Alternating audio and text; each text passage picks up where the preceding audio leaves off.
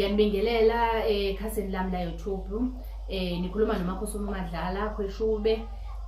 Namhlanje ngithathe leli thuba kunibingelela kusuku la ngesonto. Ngiyanithanda kakhulu endaweni zonke lapho enibukela nikhona. Namhlanje sizokhuluma ngembiza yamadoda. Kubaluleke kakhulu ke ukuthi mangabe umuntu wesilisa uhlale njena uzilungise ukuthi igazi lakho lihlale ligijima ngaso sonke isikhathi, ukuthi mangabe ufike ekhaya ufike njena uwumqemane, uhlale njena uphilile ngasona sonke isikhathi. Ungathi mangabe uthi uyabuya emsebenzini uyabuya uthi hawu ngafa ukukhathala, ngafa iqolo, ngafa inyawo, aningi massage, ulale ufefiwe uphinde uphaphamiswe i-alarm ekseni sewuvuka futhi uye emsebenzini.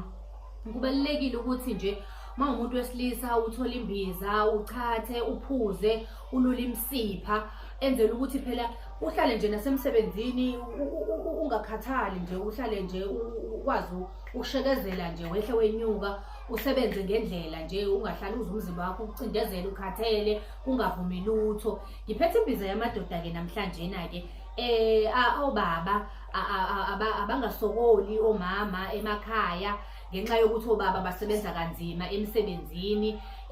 Fanele benze ngayo yonke indlela ukuthi omama bahlale bejabulile, obhuti intombi zihlale zijabulile ngaso sonke isikhathi, bathole imbiza yamadoda, baqine ukuthi umuntu mengabe efika njena engena ekamereni ajabule unkosikazi ekhaya, ijabule intombi yakho, ajabule uma wengane, ngoba phela wena uyaphila. Ungathi njena ushaya kube kanye sekuphelile uyalala oze kuse ngakusasa uyesoyathi uyapaqupaqupaqu dololo, akusenzeki lutho. Bebe bekhona uMakhosumi Khweshube, abantu nje abazama ukuthi basondele eduze, bathole nayo imbiza, basizakale, ahlale njalo ngasona sonke isikhathi nje unkosikazi evuka ekseni ekhwishizela njena ehleka emamathekile ngoba phela ujabulile. Ngoba kubalulekile ukuthi mangabe umuntu wesilisa umama wasekhaya akajabule, angazagcine sethatha indlela yokuphumela ngaphandle ngenxa yokuthi wena awumjabulisi ekhaya. Fanele kube ukuthi umama uhlale ejabulile ngaso sonke isikhathi, nawe ubaba uphile uthi mangabe ungena ekamereni lakho kubonakala ukuthi hayi ubaba uyaphila, ukhona ubaba wasekhaya.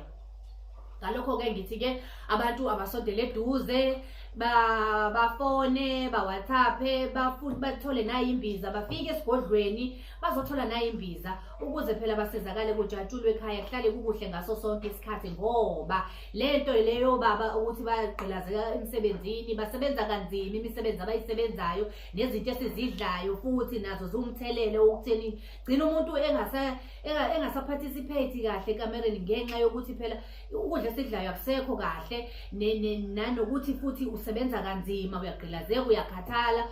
Gcina sekwenza ukuthi manje gcina sekungasekho ukuzwana kahle ekhaya ngoba phela umama akajabulile noma ungamnika imali, kodwa mengabe kuwukuthi akayitholi lento le okuyiyona owayeyizele la ekhaya, okuyiyona owayeyishadele la ekhaya, noma uyayithola ayimjabulisi ngoba ifika kuyena ikhathele, ayinamdlandla, kwenza lokho ukuthi umama agcine sephumela ngaphandle. Ngiyabonga kakhulu ngesikhathi sami, isikhathi senu sokuthi nithathe leli thuba lokuthi nisazobuka lama video. Ngicela ukuthi inamba iyona leyo lapho ngenzansi, ni subscribe, ni like. Ngiyabonga kakhulu.